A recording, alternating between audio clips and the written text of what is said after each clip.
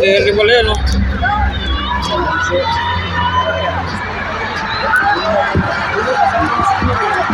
Duterte! Duterte!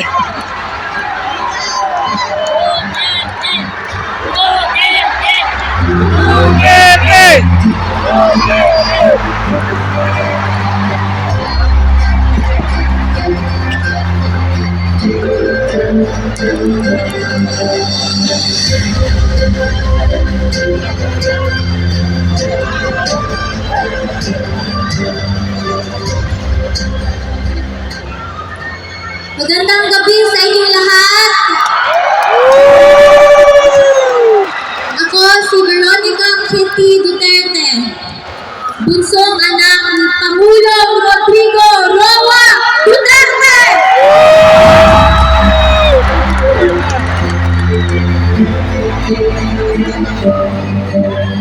Una-una, nagpapasalamat ako kay Tito Rodante Marcoleta sa pag-imbita sa akin at sa mama ko ngayong gabi. Pasensya na po at medyo natagalan kami dahil may klase po ako buong araw kanina.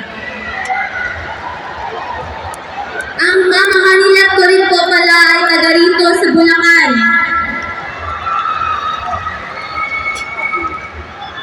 Ako ay isang 21-year-old college student lamang at ayaw ko sanang makisali sa politika.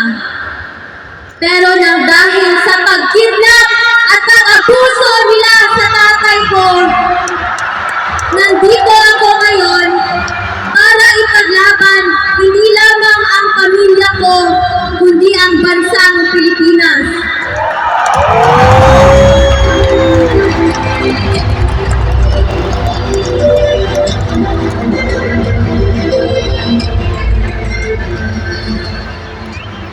Noong isang gabi, nagsalita ako sa rally sa Quezon City. At sa pagtitipon na yon, naramdaman ko ang walang sawang pagmamahal at pagsuporta kay PRRD, sa amin na pamilya niya, at sa Duterte. Ito ang nagbibigay sa akin ng lakas ng loob para ipagpatuloy ang pangako ko kay Dada Rudy na ikampanya ang kanyang mga kandidato habang siya ay nasa The Hague. Bago ako umalis ng The Hague, may bilin ang Dada Rudy ko sa akin. Sabi niya, "No guts, no glory."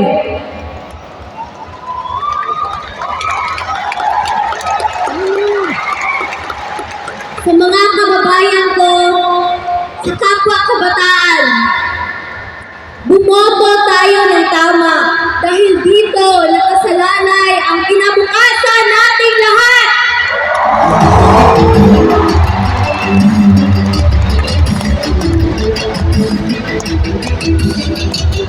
Kailangan natin ng abogado na may prinsipyo, paninindigan at integridad sa ating legislative branch sa gobyerno natin.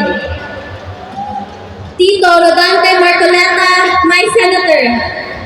Number 38 sa balota.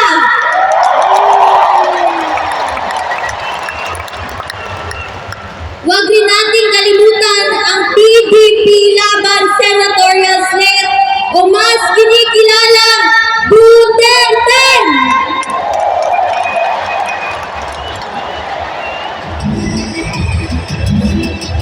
Iaabot ko muli ang mensahe ni Tatay Digong sa bawat Pilipino. Sabi niya, "My love for my country is what brought me here.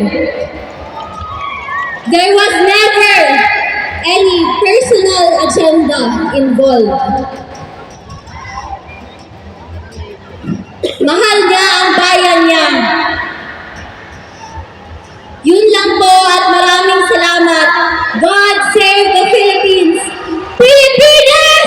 Duterte pa rin! Apa ngayon?